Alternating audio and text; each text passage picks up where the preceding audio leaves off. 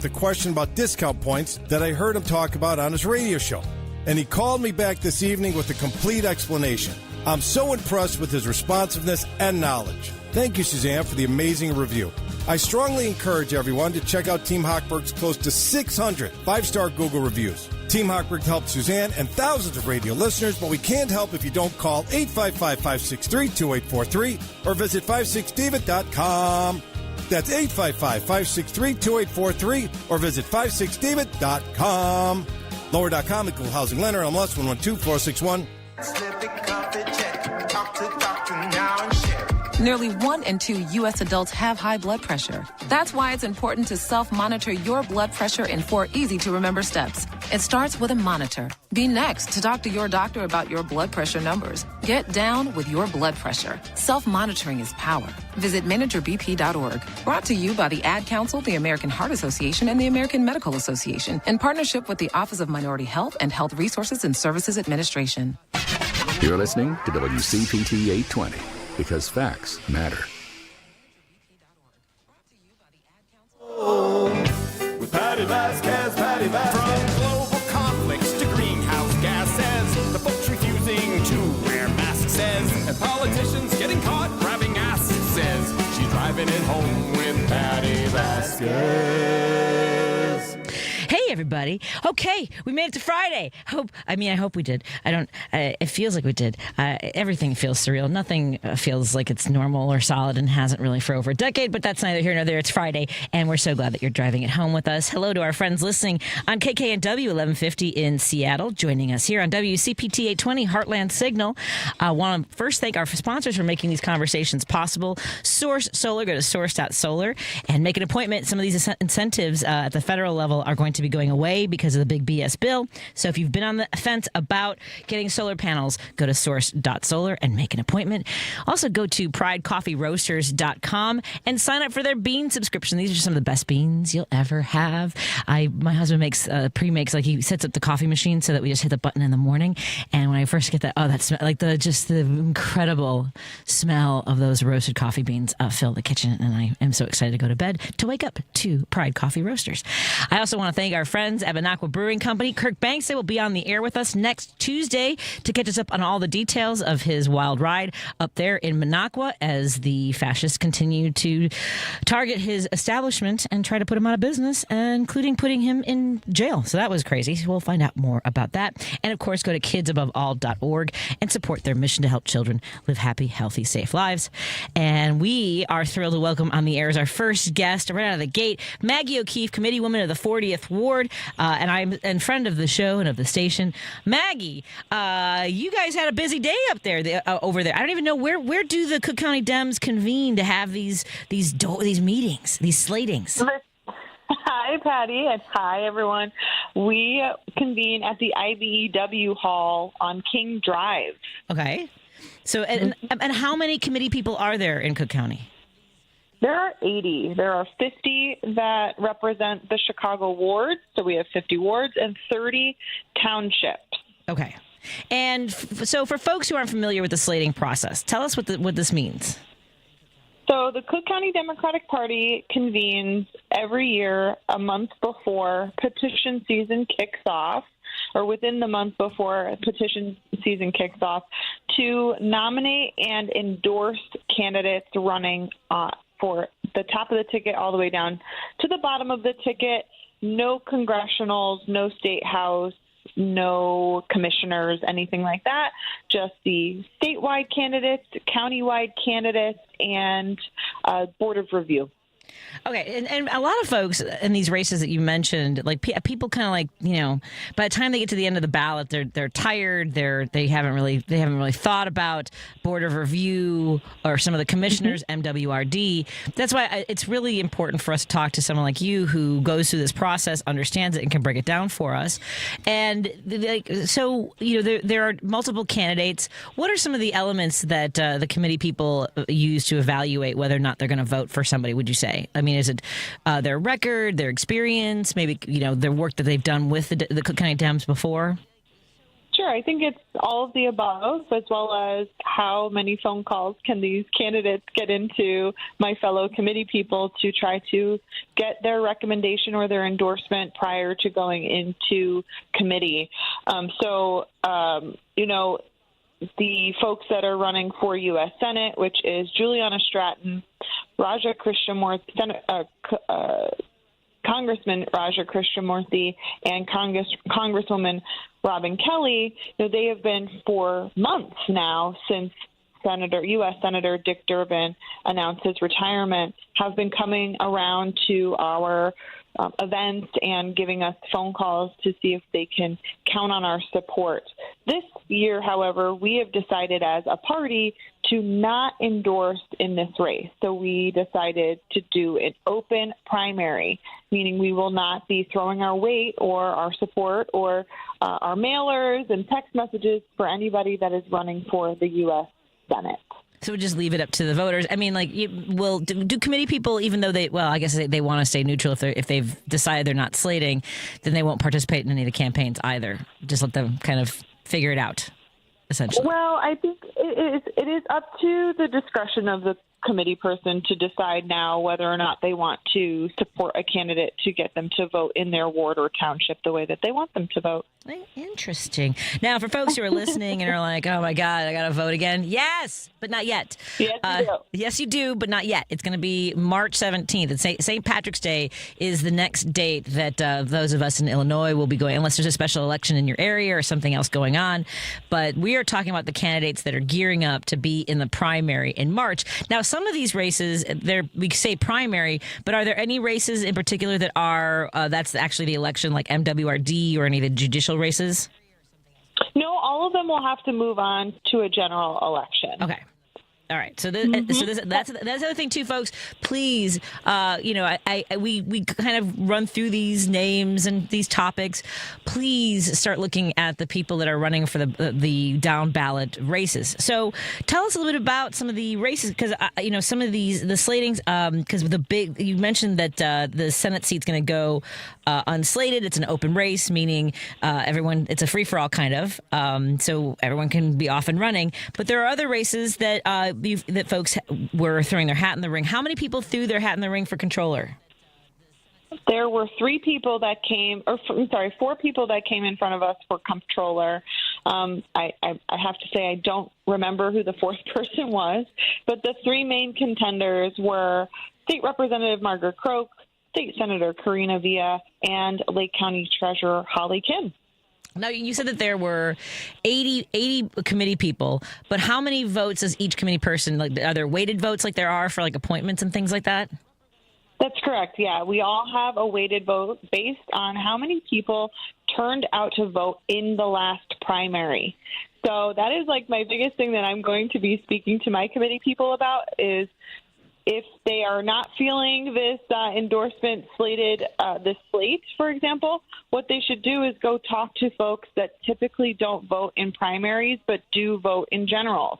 And that's what the 40th Ward Democrats are doing in this election cycle. We have our civics research project where we are going to talk to people who habitually vote in general elections but do not vote in primary elections to give them the sense of, autonomy and giving them the knowledge and all of the things that they would need in order to make an informed decision coming up in March of 2026. That's a great point.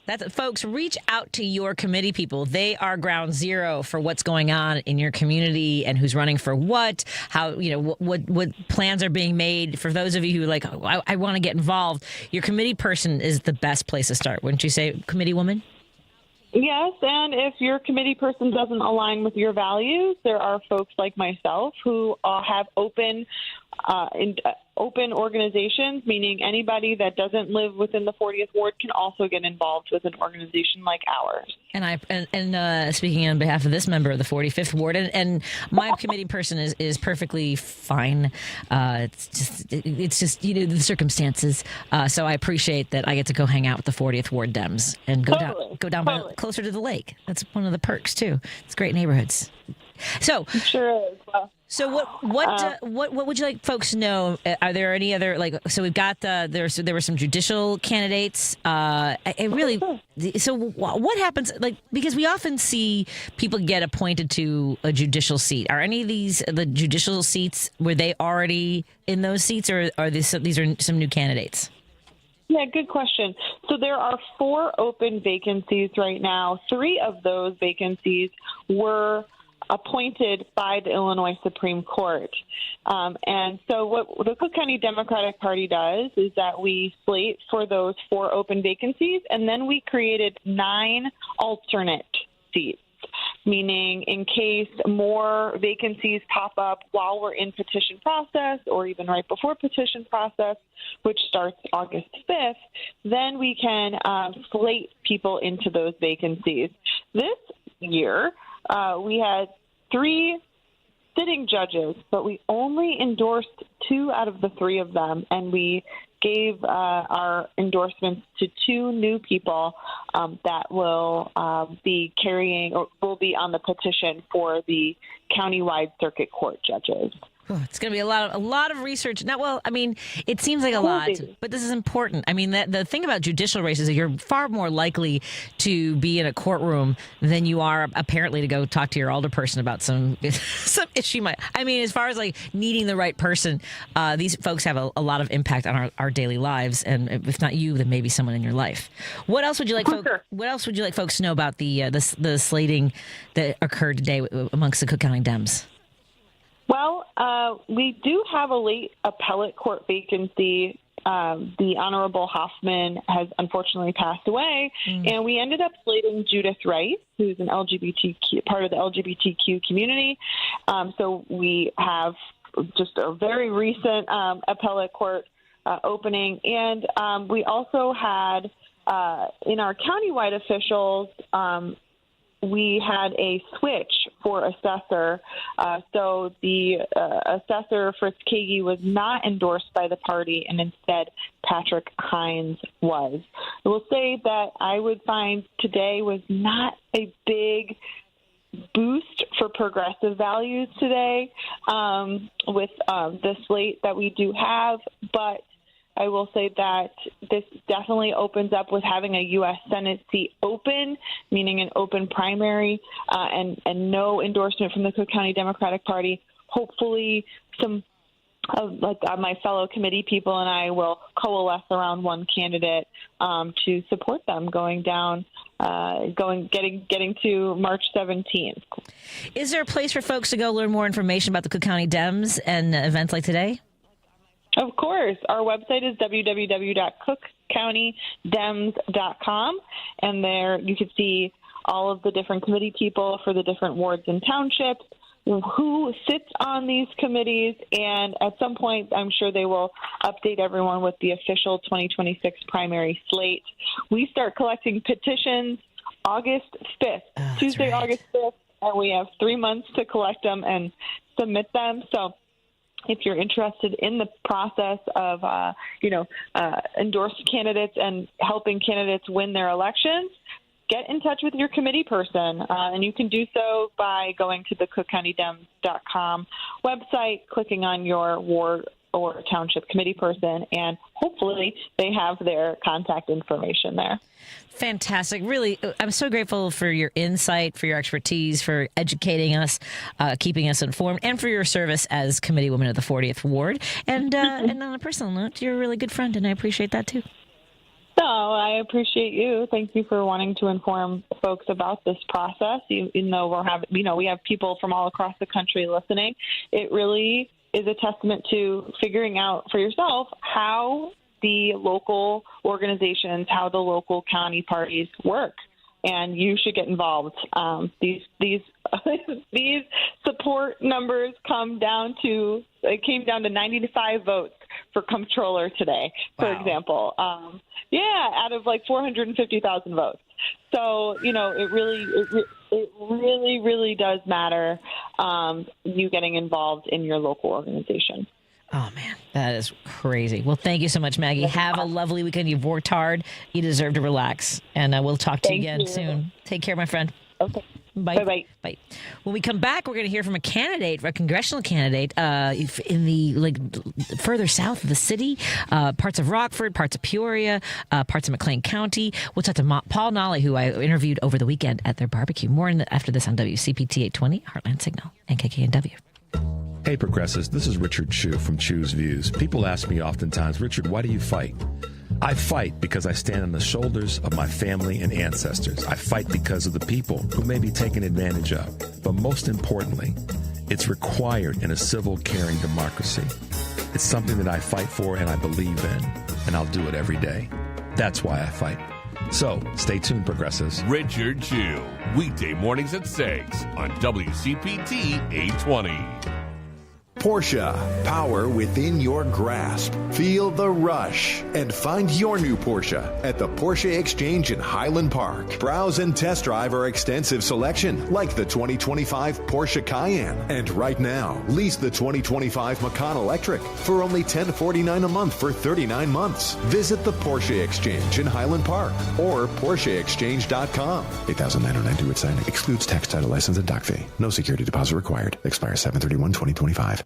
Alexa, play WCPT. WCPT from TuneIn.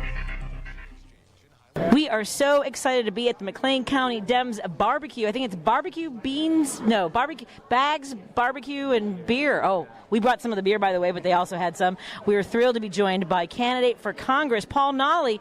Paul, first of all, thank you for joining us. And secondly, where'd you grow up, my friend? I grew up in the Rockford area. Yeah, I grew up in Rockford and South Beloit, McChesney Park, a little bit of everywhere in Winnebago County.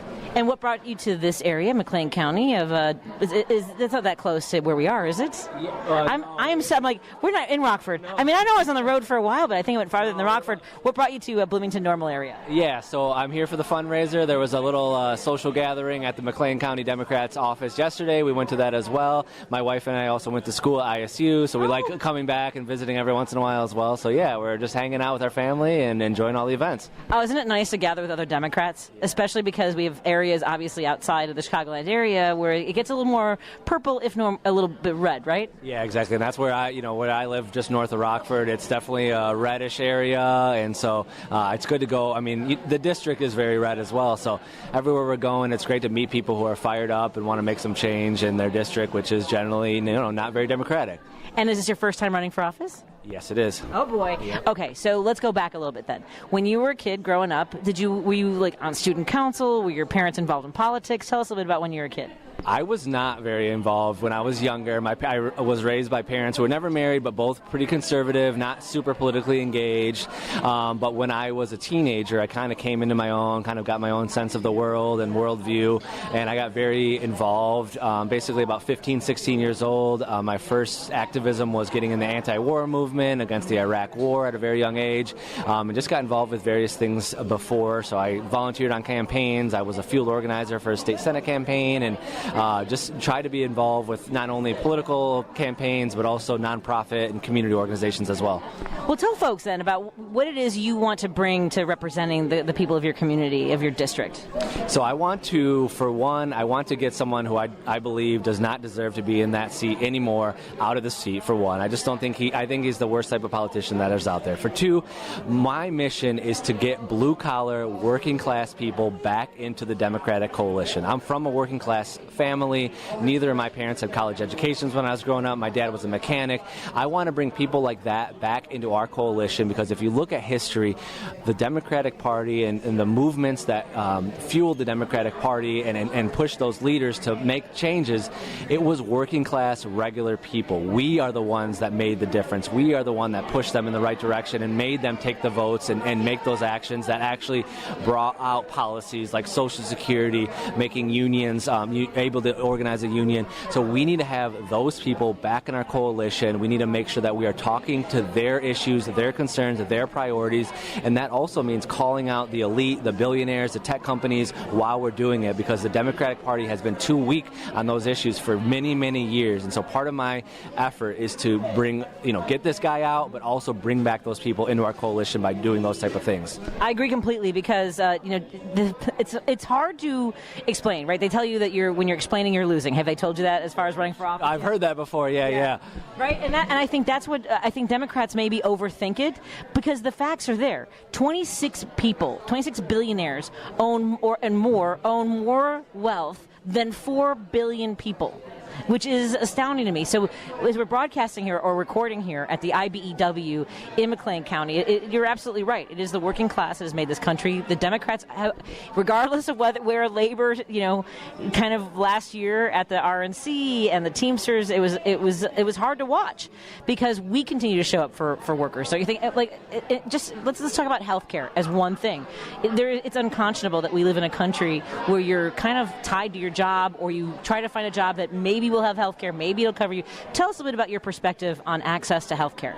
Well, I truly believe that in this time and place with our country, healthcare should be a human right. I believe that everyone deserves that. I mean, I think even people who have employer-sponsored healthcare, and that includes myself, which is from my wife, who's a union public school teacher, you don't even want to go in and use it because you've got your deductibles and your co-pays. So even when you have quote-unquote good insurance, you don't want to use it unless you just have a ton of money and you're doing all right and you're not worried. I mean, that's how I feel. That's how my friends who have insurance feel. So even the system that can provide decent quality care when you get a good provider and all that, most people don't actually want to go and use that. So I think we definitely have to make a change, whether that's public option, whether that's Medicare for all. I mean, we need to move in a direction where healthcare is a human right. It's a universal right that all people have access to. And like you said, for the fact that we have the wealthiest, most powerful nation in the history of the world, and that is not something that the average working class normal person can have, is insane, and it's shameful. Let me tell you a quick story. I haven't even told our listeners this because I just found out yesterday. My son has to have oral surgery. He has 6 impacted teeth that are in his jaw, right? So the surgery's on Tuesday. They called us yesterday and said your part of the payment is $4,600. Now I have to put that on a credit card. Can you imagine anybody else being able to, who can do that? No, I mean, you really cannot do that. You're drawing out whatever little savings you have, whether that's from your retirement, whether that's from your safety, your little safety pool of money for whatever, or you're looking to do a home repair if your roof goes out or whatever, right? I mean, most people, I forget what it is. It's 40, 50, 60% of the people can't afford a $500 emergency bill. They will go broke. They will go bankrupt. So to have $4,000, $5,000, I mean, and that's what scares me about trying to go get health care. If I even have something small and I'm worried about something, it's going to be $1,000, $2,000, $3,000, something like that. And you're already paying your premiums, right? And then it's insane. So I just think that it's corrupt. The insurance companies are making so much money. That whole system is terrible. So when did you decide to make this run for? I mean, you're starting at Congress for a congressional run. Tell us a little bit about this decision to run for office. I know that you said that the incumbent is somebody that just should not be there, but tell us a bit more about what surrounded your decision. Yeah, so it started with a conversation with my wife and I, just having some time away from the kids, away from the housework, and we have both been very involved and engaged and have strong views, but we have careers and a house and a family and kids and all that, and we're like, after the election, we're like, whoa, what's going on? Our country is in a bad place. Let's do something. And so long story short, we're like, all right, we got to get back in the game. And we were like, all right, let's do something at a big level that we can make, talk about the national level issues, the big high level issues. And if we're successful, it will actually have a substantial impact on people's lives, help our neighbors, help our friends, help people we care about, the type of people we grew up, the families and friends we grew up with. And that's what came out of it. So we're trying to do this. We're unfortunately represented by Darren LaHood where we live. And so I'm like, all right, if we had someone that was better, okay, we would maybe do something different. But I was like, I believe I can do it. My family, my friends, organized labor are behind me. They believe in me. So that gave me the strength and confidence to go out and do this at this level, which I know is a little, wild to start with Congress. But I believe that I can make this change. I can help people. I can represent them in a meaningful, true, authentic way. And that's why I'm doing it. Now, I've run for state rep, right? Much lower, on the scale of job, much farther down on the ballot, right? So people would always ask me, like, well, what did you do before, right? What as though there's some sort of magical combination to represent the people in your community. That's not the idea. It is supposed to be people from the community representing each other. However, how do you answer that question when people ask, where'd you come from? What did you do before this? Well, for one, I'm from a working class family, so that's the people I'm from. It's working class mechanics, people who worked in restaurants, stuff like that. So that's kind of my background. For two, I have spent my entire career working for community organizations, trying to improve the the lives of low-income, working-class people through organizations like the YMCA, Habitat for Humanity, United Way. I'm active in nonprofits as a volunteer, sitting on boards, getting involved as well. And I really care about people. That's my mom raised me that way. Even though her and I aren't totally aligned on all things, and she supported me, of course, as my mom, I was raised in a family that said, you care about other people, you care about the poor, and that's what I've cared about my whole life. So I've been engaged. I've put my whole career in this. Right now, I represent the building trade unions and union contractors, so good, legitimate companies that pay their people right, that invest in education and training, but it's a blue-collar life that these people live, right? But they actually have a model of employment where they get a living wage, they get a pension and great health care in exchange for hard work. And so to me, that inspires me, because all people should have access to those opportunities. You want to work hard, you want to put your effort and your craftsmanship in whatever it is, besides the trades or in the trades, you should have a living wage. You should have good health care. You should be able to retire with dignity at 55, 65, whatever that is, and not be financially insecure like so many of the people that I know that are a little bit older. They don't know what the hell they're going to do. So I'm sick of that. We need to move in a different direction as a country. So that's where I'm from. That's what I've been doing my career, and that's why I'm hoping I can take us as a member of Congress. And what has surprised you the most about this decision? First of all, when did you decide to run, and what has surprised you the most in this process of running for office? So I decided in late February, early March is when it really got rolling, and I made the decision formally. And what has surprised me the most, for one, is just the busyness of the schedule. The district is crazy. It's a gerrymandered district, so just the travel and all that. And also, in a positive sense, what has surprised me is just how fired up people are when I go in and talk, and I just tell them out of my heart. I'm being authentic, I'm being my real, just like I am right now, and that message is resonating, and that they are fired up by it, they are inspired, they are believing in my message, what I stand for, and it has resonated in a way that has been, it's kind of shocking to me, and that's why it's kept me going. It's given me inspiration, it's given me drive, so I know people are ready for a change. I think that people are ready to change the Democratic Party, move that in a different direction, and that's what I've believed for years now. So I'm really excited, I'm really encouraged, I'm really grateful for all the support we've got, and I'm out there, I'm trying to do the thing right now, yeah. You are so enthusiastic. Now, I assume you know the three things that you have to ask at every event you go to,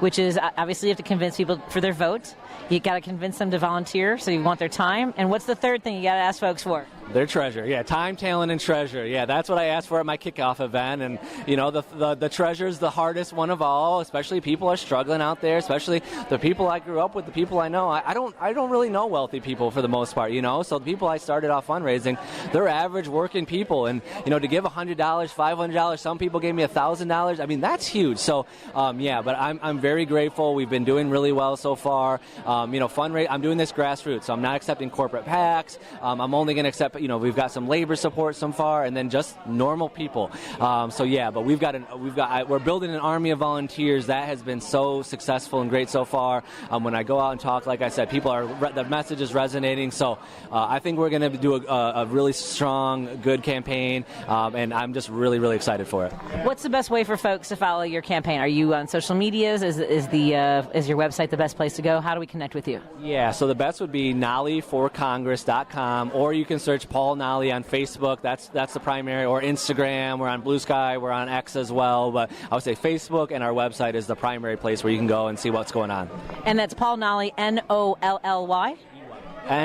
So Nolley forcongress.com, all spelled out. And remind folks the area that you're running for. So it is Illinois' 16th Congressional District, which stretches all the way from Galena, all the way to Bloomington Normal, up to Woodstock, Rockford, all everywhere. Yeah, it's Peoria, Pekin, all these different places. So yeah. That is a massive area. You're right, that is gerrymandered. Well, thank you so much for your time, and congratulations on taking up the challenge to run and serve your community. Well, thank you so much. Absolutely. And tune into the show. We'll have you back. We'd love to talk to you again, see how it's going.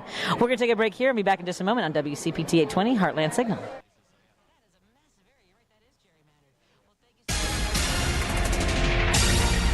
You're listening to WCPT 820. Here's the latest Chicago weather update. I'm meteorologist Ray Miller from the Weatherology Weather Center. Partly cloudy tonight. A few isolated storms possible after midnight with a low of 70. And winds out of the southeast at 5 to 10. Saturday, chance of thunderstorms with a high temperature around 86 degrees and breezy southwest winds. Sunday, slight chance of showers with a high of 77. Monday, showers and storms with a high of 79. Tuesday, chance of storms and a high of 85. That's the latest Chicago weather update. Right now, it's 81. This is Chicago's Progressive Talk, 820 AM, WCPT Willow Springs, and online at WCPT820.com, where facts matter.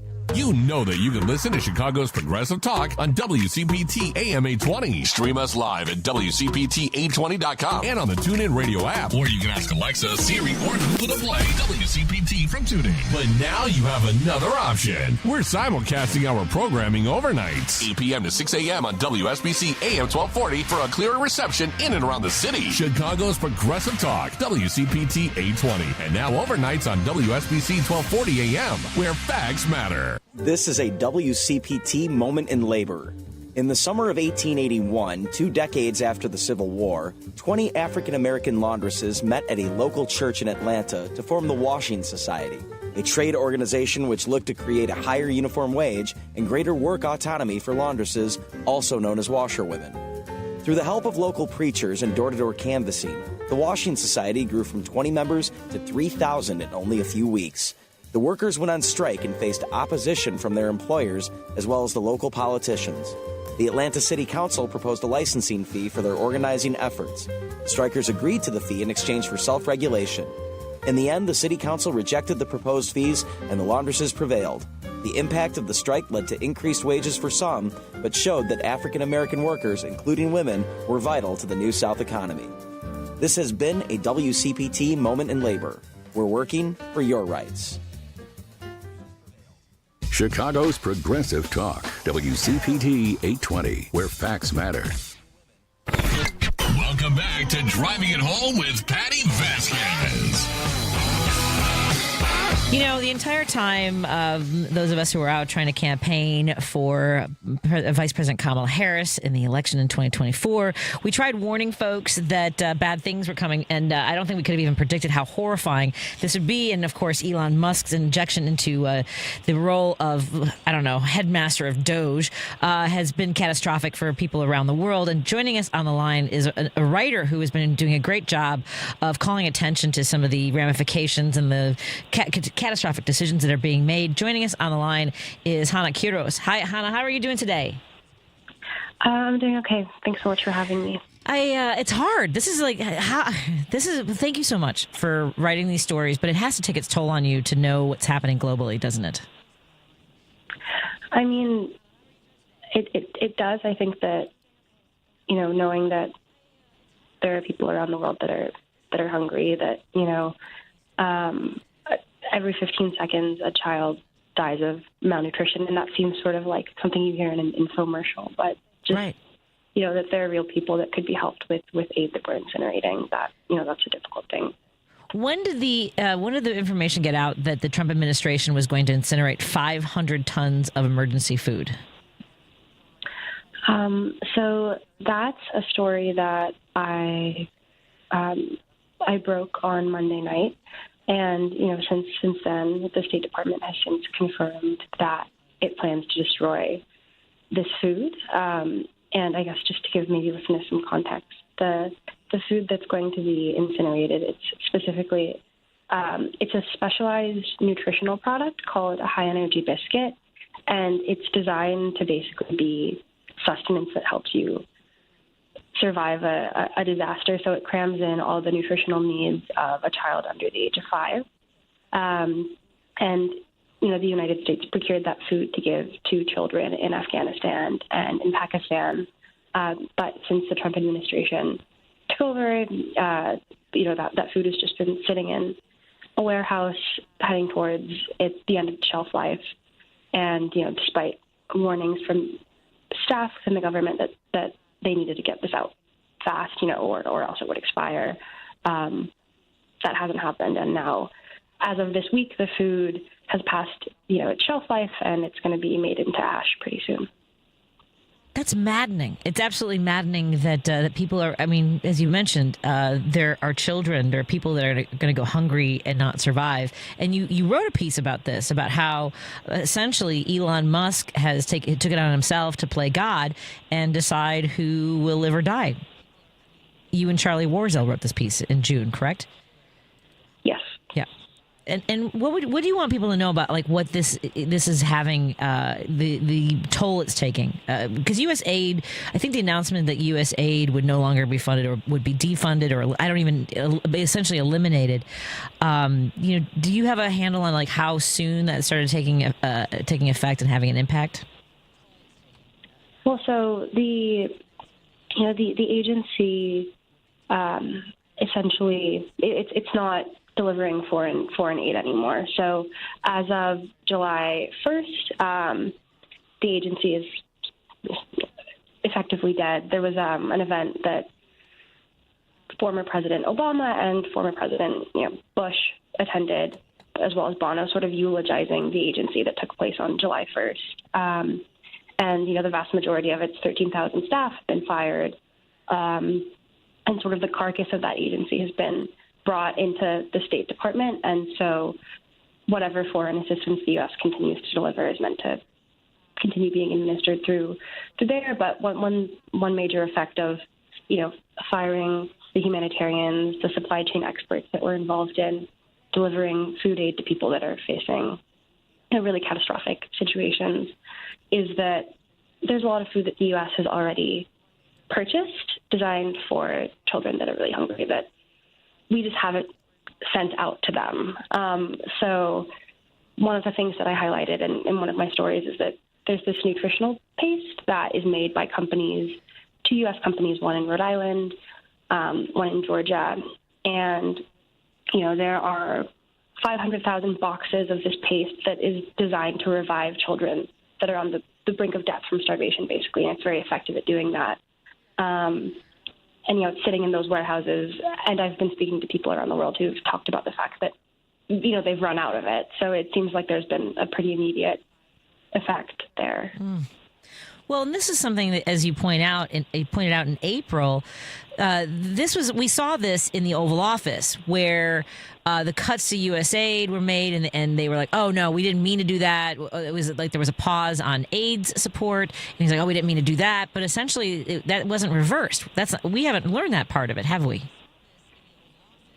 Yeah. So I think that the administration has repeatedly said that anything that's life-saving, we're continuing to provide it. We're not canceling anything that was actually good for anyone, really, is the messaging. But, there are already reports of children that have died who were once receiving help through programs that the U.S. government funded that they defunded, and those programs have since shut down. So one example of a program like that is a program that was run by Mercy Corps in Kenya, and it provided treatment for children that have severe acute malnutrition. And there's the Associated Press is actually the publication that broke this story. But in February, after U.S. foreign assistance funding through U.S. aid, began to collapse, a lot of grants were terminated. This program abruptly ended, and this mother that had 2 twins that were in this program that were severely malnourished that were receiving supplemental food through the program. One of those children died. And it seems like there, are similar stories like this that are playing out over the world. The different journalists are trying to collect, but most of these stories have sort of been anecdotal rather than because it's a lot of these programs where there was really strong data collection are collapsing, and humanitarians are having to leave these countries, and so it's been difficult for there to be a systematic effort that's sort of just counting what the human toll of this has been. And are there other agencies, other countries that are trying to fill this void and trying to do everything they can to sort of shore up the support that people need around the world? So, yes, but the U.S. has really been at the forefront of this work for a long time. So what different agencies are engaged in right now is sort of a triage of human life, essentially. So figuring out, okay, we can't do everything. What are we able to do? And one of the organizations that's really been at the front of that is the Gates Foundation. So the Gates Foundation has decided essentially to spend down all of its money to try and help children survive, this disruption. So from 2000 to today, the number of children globally that die before they reach kindergarten has been cut in half, which is an amazing achievement that the U.S. has been a big part of. But in all likelihood, 2025 will be the first year this century that number goes up rather than down.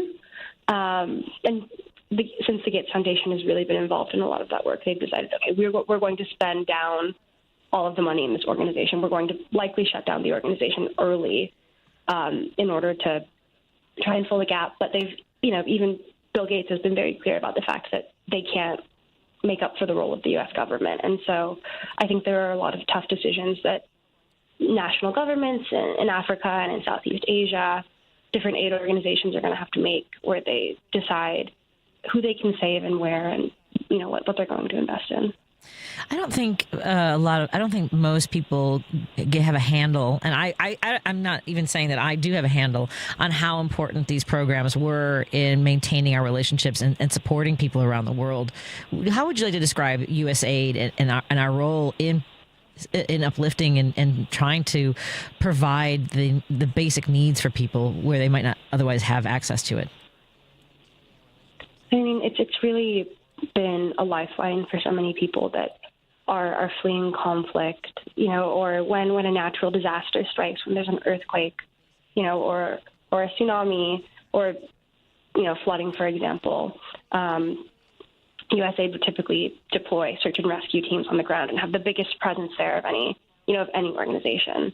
And as a part of my reporting, I spoke to people that work for the organization Save the Children in South Sudan, and they said that they're, the people there, they just call Save the Children SAFE for short, right? Mm-hmm. And it's an organization that has been funded by USAID, particularly in that country, and all of that aid is on the retreat, and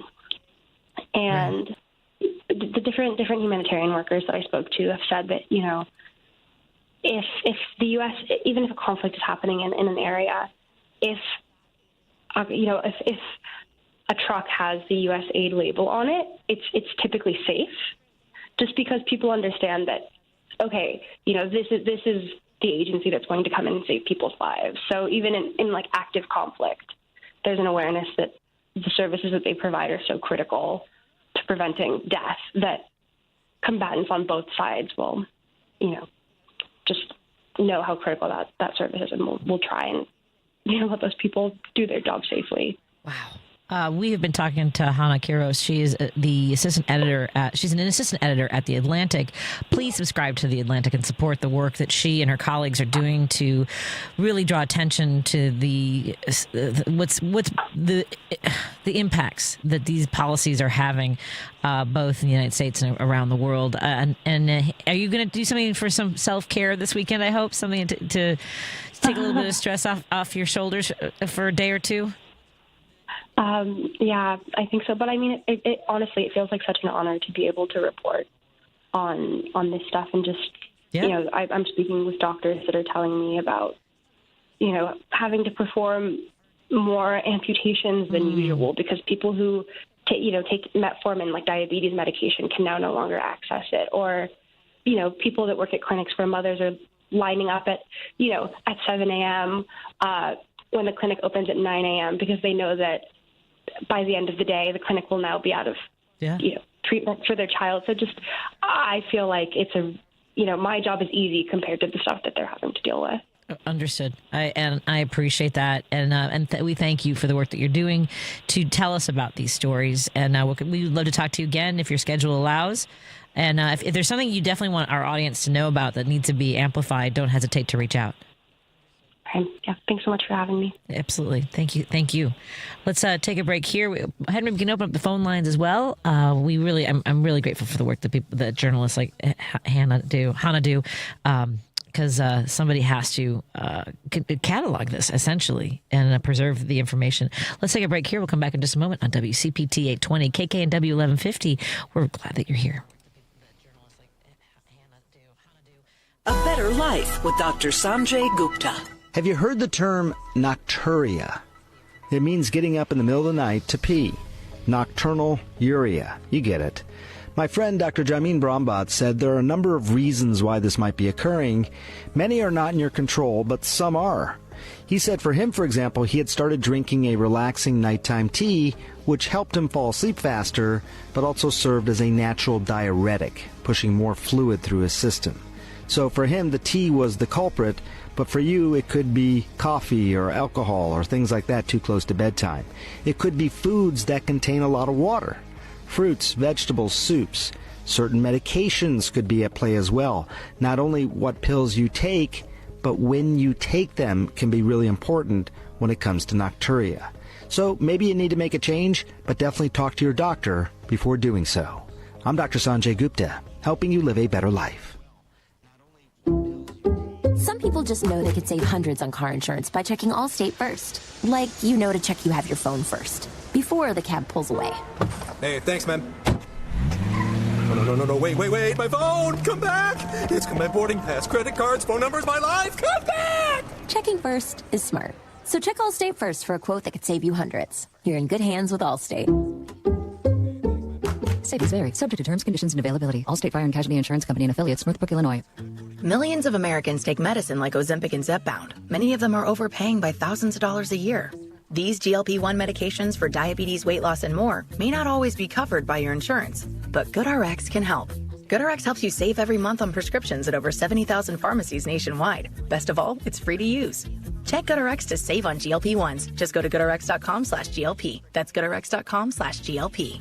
GoodRx is not insurance, but can be used instead of insurance, including Medicare and other federal and state. Because facts matter. You're listening to WCPT 820. Union Strong Chicago continues to lead the way with progressive values and in preserving democracy. Your support of the Minocqua Brewing Company Super PAC efforts in Wisconsin and beyond strengthens the fight against MAGA Republicans. You can now purchase progressive beers like Labor Lager, Love Wins Fruited Sour, and the Resistance IPA in Chicago at Rogers Park Provisions, Diversity Beer, Wine, and Spirits in Lakeview, Park West Liquor, Wine, and Beer in Lincoln Park, Logan Square Liquors, and Tip Top Food and Liquors in Westtown. Visit MinocquaBrewingCompany.com for all their Chicagoland locations. As always, no matter how bad our sports teams are, please drink responsibly. You're listening to Driving It Home with Patti Vasquez. And I want to remind you about our newest sponsors, Pride Coffee Roasters. They focus on roasting single origins that are perfectly balanced. You can try their single origin organic beans from Chiapas, Mexico. I have to say Mexico, Henry. When you say Chiapas, you should say Mexico. Just saying. With hints of dark chocolate, caramel, and cinnamon, or their coffee from the Dominican Republic with natural notes that give you blueberry muffin. Seriously, no kidding. You gotta smell and taste it to believe it. So those are our friends at Pride Coffee Roasters. Go to pridecoffeeroasters.com and subscribe to their get a bean subscription, folks. Makes it easy for you with every single delivery. Every month you get a bag of one of their single origins, and the second bag is a creative fun blend that is only available to subscribers. So you don't want to miss out on those. Let's get to Jim on line one. Hey, Jim, what's on your mind, my friend? Hi, Patty. To restore our sanity, first of all, the algorithms have to be controlled somehow except by billionaires, of course. The other thing is the Electoral College should be ditched. The Supreme Court should be expanded. How about for average? He's got enough nerve to say, we don't like criticism. We don't like. Well, that's tough. Tough. A lot of people go, I don't like criticism, but no, you know what I mean. What about it? You know what I mean? Mm-hmm. Yeah. Live with it. You're making $250,000 a year and whatever you can steal, and what's the other one? Because we got the popular vote and 16 and and with 20. Biden. Yep. Yeah, and but they knew how to. Your last guest last night, you said they knew what districts to, especially the Russians. Now we know that they were in bed with Jeffrey Epstein. Apparently, they were supplying some of the little girls around Belarus, et cetera, et cetera. I mean, to the tunes of billions of dollars. I mean, these people are really criminals. I mean, I've known criminals in my day, but these guys that I know, even the outfit in Chicago, they didn't start out with $40 million when they were in high school. You know what I mean? Yep. But those are just we've got to get control of that because you can't be brainwashed before you go into a voter's booth. You've got to know what the heck you're doing. And then just this whole thing, just to regain our sanity, this is it's incredible. It's just an incredible thing. And this, this insane letter. Who would have? First of all, I was 50. Patty, I was 50. Yeah. I have never gotten a letter from anybody. I didn't even, birthday. I would have saved my birthday cards. I can't even save $10, so on my birthday cards. I don't know how they can. Who saves those? I have no idea. You really got to be a. He had a portfolio. He had a leather-bound portfolio of them. Isn't that crazy? I want to know who leaked that. Somebody had a bone to pick because they leaked that. I got to run to the next call, Jim. All right, guys. Thanks, Patty. Have a good weekend, Terry. Have a good weekend. You too. I want to make sure I get to everybody on our Credo mobile phone and text line, 773-763-9278. See, Dave, when I say I have to go to another call, see how Jim just goes, okay, and he says goodbye. Dave. Yeah. Hi, Dave, because I'm going to do the same to you in a minute. What's going on, Dave? Well, it's a bit more of a feel-good here. Okay. Interesting, sir. I mentioned this one, I think, on Jones' show the other day, but it bears to be repeated. That Pope Leo XIV, did you know his dad was a D-Day veteran? Oh, I think, when all the information was coming out, I might have, but thank you for reminding us. Yeah, well, and then his father, Louis Emperor, served aboard or piloted LST-286, tasked with landing the 5th Special Engineer Brigade and the 16th Infantry of the 1st Infantry Division at Omaha Beach. And as much as the world celebrated on the 80th anniversary of VE Day on May 8th, white smoke emanated from the Sistine Chapel, marking another momentous occasion. The Chicago-born Cardinal Robert Prevost was elected the 267th Pope, becoming the first American to fill that role. Yep. That's wild. I just pulled up his picture. He was a handsome man, Pope Leo's dad. Mm-hmm. Louis M. Provo. He wasn't very tall, though. He was about 5'5", they said. So kind of like Louis De Palma. Hey, you got jobs. You got jobs for the little guys. My dad was 5'4". My dad was 5'4". He liked going to the racetrack and making fun of guys like Willie Shoemaker and Pat Day as they were getting on there, where they were mounting the horses. Yeah. He would say, "You're just a little fella." When you mentioned, like, with your son, are they going to nail you with 3% on your credit card? What do you mean, my son? You were mentioning earlier about your son about with the impacted teeth. And they made me charge a credit card. Yeah, you know what? Right. They did not. I just paid that this morning. This is crazy, you guys. So Declan had to have surgery on Tuesday. I got an email last Friday telling me we needed to pay $4,600 up front, and that maybe I would get some of the money back from my insurance company once it was processed. And I was like, who has $4,600? I was astounded by that. So they dropped the price. I had her negotiate with the insurance company first, so we were able to bring it down significantly. But I saw the bill and did not see a 3%. That would be insane if they added a 3% processing charge. I bet they do. Now I got to go double check my receipt. I'm going to check my receipt right now. Let me get to Paul from Seattle before I run out of the hour. You too. If you want to call about movies next hour, join us. Oh, Dave's gone. Paul in Seattle. Got less than a minute here. What's on your mind, my friend? Listening to your last guest, I've been thinking about something, and I guess the idea I got from this Mondani in New York. What we got to have, we should have state grocery stores that are nonprofit, and they could not be regulated by the federal government because we would just buy stuff from producers in the state. There's 40% of our food gets thrown away because it's ugly, and that could be in the state grocery stores. They would be lower priced. and the other grocery stores would have nothing to complain about because they wouldn't buy those things anyway. Why throw it away? You know what, Patty? It's a great thing being blind because stuff like that doesn't bug me. I just eat it, right? I know. Stuff that looks ugly, I don't care. Same with people. I don't care what they look like. I got very angry at a museum when the boys were little. I wanted to buy them a sandwich. It was kind of the end of the day, but they were hungry, and we didn't have enough left in our bag for them to snack on. So I went to the little cafe restaurant they had in the museum, and there were no sandwiches left, but they were all in the garbage can. They had thrown them all, like grilled cheese sandwiches, ham sandwiches, like because they had the pre-made ones. They had thrown them all like right in front, like with where the customer's garbage goes. So we could see that rather than being able to buy them, if we'd been there 5 minutes earlier, they just threw them all away. That's outrageous. That was crazy. That's outrageous. Yeah. Well, I'm definitely getting hold of my representatives in the state legislature and start this going and say there's no reason why people, if the federal government's going to destroy itself, then they really they have to take a narrower view of what states do to depend on themselves. I have to run. I'm sorry, Henry. Thank you. Sorry, Paul. I got to run. We'll take a break here. When we come back, you're going to hear my interview with Lieutenant Governor Juliana Stratton, who is running for senator. More after this. This summer with Kohl's, you can rack up the compliments. Like, where'd you get that dress? Tell me all your makeup secrets. Or, ooh, my husband needs that polo in every color. Because Kohl's has what you need. Cute dresses, Sephora essentials, stylish polos, comfy kids clothes, and more. Plus, take 20% off some of your faves. Yep, cue the compliments with Kohl's. Select styles, some exclusions apply. Offer ends July 20th. Coupons and Kohl's Cash do not apply to Sephora. See store or Kohls.com for details. Are you looking to hire? ZipRecruiter finds the best candidate for your job fast. Try ZipRecruiter for free at ZipRecruiter.com/free. That's ZipRecruiter.com/free. AP News, I'm Marcela Sanchez.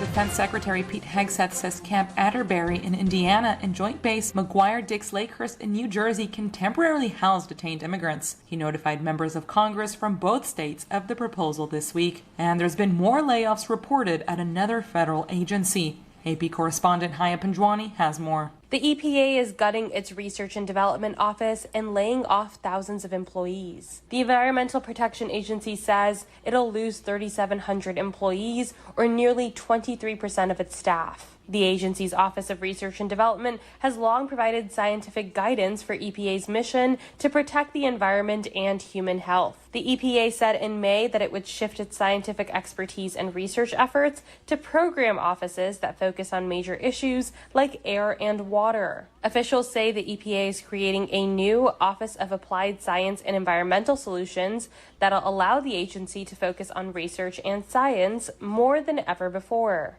Haya Panjwani, Washington. A lawyer for the maker of Call of Duty says a judge should dismiss a lawsuit brought by the families of the victims in the shooting at Robb Elementary in Uvalde, Texas. The lawyer added the contents of the video game are protected by the First Amendment. President Trump has signed into law new regulations for stablecoins, a new type of cryptocurrency. In remarks, he says this is validation for the crypto industry. I pledged that we would bring back American liberty and leadership and make the United States the crypto capital of the world, and that's what we've done. And under the Trump administration, this is only going further. You're going to do really well. The Genius Act sets initial guardrails and consumer protections for stablecoins. This cryptocurrency is tied to assets like the U.S. dollar to reduce price volatility compared with other forms of crypto. This is AP News. CBS is ending The Late Show with Stephen Colbert in May of 2026. Colbert broke the news to his audience at a taping on Thursday. Yeah, I share your feelings. It's not just the end of our show, but it's the end of The Late Show on CBS. I'm not being replaced. This is all just going away. Audio courtesy of CBS and The Late Show with Stephen Colbert. Earlier this week, Colbert had spoken out against Paramount Global settling with President Trump over a 60-minute story. In his monologue Monday night, he said the technical name in legal circles for the deal was Big Fat Bribe. The bribe was a reference to Paramount's pending sale to Skydance Media, which needs approval from the Trump administration. In a statement, Paramount and CBS executives said the cancellation was purely a financial decision, adding it was not related in any way to the show's performance, content, or other matters happening at Paramount. This is 820 AM, WCPT Willow Springs, and streaming worldwide at WCPT820.com. We are Chicago's progressive talk, where facts matter. Now, your WCPT 820 weather update. I'm meteorologist Ray Miller from the Weatherology Weather Center. Partly cloudy tonight, a few isolated storms possible after midnight with a low of 70, and winds out of the southeast at 5 to 10. Saturday, chance of thunderstorms with a high temperature around 86 degrees and breezy southwest winds. Sunday, slight chance of showers with a high of 77. Monday, showers and storms with a high of 79. Tuesday, chance of storms and a high of 85. That's the latest Chicago weather update. Right now, it's 81. After my wife died, I felt like I lost everything, including my love of fishing. But one day, my granddaughter called, and I realized I still had a lot to look forward to. I got referred to a psychiatrist who explained depression can happen to anyone. Getting help doesn't make me weak. It makes me stronger. I just wish it made me better at fishing. Mental health care is working for Diego. See what it can do for you at mentalhealthcareworks.org. A message from the American Psychiatric Association Foundation. He has an overbite that makes him look like a cartoon character, a slightly crooked eye, and an uncommonly wrinkly neck. In the right light, he can look a little like a garden gnome, and he'll wear a bow tie just because. Sure, you might call him a little quirky, but that's exactly what makes him so perfect. Tuna is a 3-year-old Chihuahua Dachshund mix with more than 700,000 followers on Instagram, and it all started because he was adopted. You can't buy a best friend like Tuna, but you can adopt one. Help us save them all at bestfriends.org. Hey Google, play WCPT. Streaming Chicago's progressive talk from TuneIn. Driving it home with Patti Vasquez, Patti Vasquez. From global conflicts to greenhouse gases, the folks refusing to wear masks says, and politicians getting caught grabbing asses says, she's driving it home with Patti Vasquez. Thank you so much for joining us as we drive it home. I'm your host, Patti Vasquez. Hello to our friends listening on KTNF AM 950 Minneapolis, St. Paul, joining our friends in Seattle on KKNW 1150. And, of course, we're broadcasting here in Chicago on WCPT 820 Heartland Signal. You can also find us on the TuneIn app. If you miss any of our shows, all of our shows are podcasts, so wherever you listen to your podcasts, you can look for them, look for the Driving It Home or WCPT, as well as going to heartlandsignal.com, where you will also find the podcast in addition to featured podcasts, including our interviews with Senator Laura Fine, our interview with the Famous Brothers, who we're going to go see at Fitzgerald's next Wednesday. It's their farewell tour. We also talked to Jess Piper yesterday, so check out those. Or was that Wednesday? Gosh, every day just blends together these days, you guys. And fascism, it's exhausting. At any rate, check out the featured podcasts. We do want to thank our sponsors, Minocqua Brewing Company, and I do have great news for those Chicagoans who are heading up to Wisconsin. Should you ever forget to load up on progressive brews from local favorites like Rogers Park Provisions or Park West Liquor in Lincoln Park, Minocqua Brewing Company now has beer conveniently located at Dream Liquor and Cigar in Kenosha and in the Lake Geneva area at Delavan Liquor and Smoke in Delavan. Delavan Liquor and Smoke in Delavan. And it's a great town of Madison, of course. If that's your jam, please remember to swing by the Minocqua Brewing Company tap room at 2927 East Washington Avenue to grab some Resistance beer, pizza, T-shirts, and progressive solidarity. Maybe with some, at any rate, have a good time up there.